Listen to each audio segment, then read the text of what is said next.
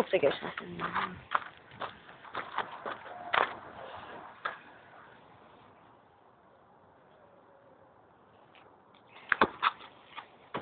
Ronaldo vurdu. Gol oldu. Gol. İkinci golü Ronaldo'nun.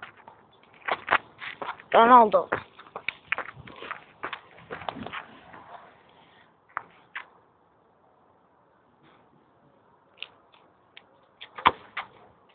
Stop.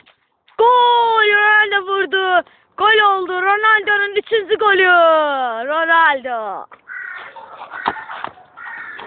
Zarbe ve gol. Gol. Messi'nin birinci golü. Messi.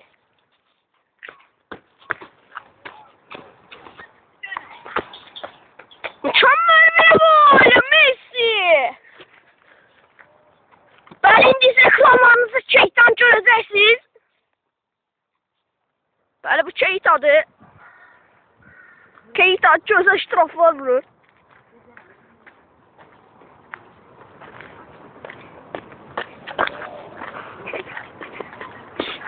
Keita çok mükemmel bir zərбə vuracaq indi qapıya doğru.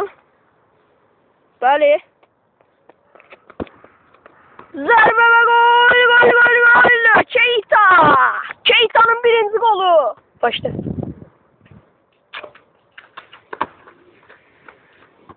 Bəli, Keita'dan sonuncu zərbə gələcək. Bəlkə bunu vura bilər.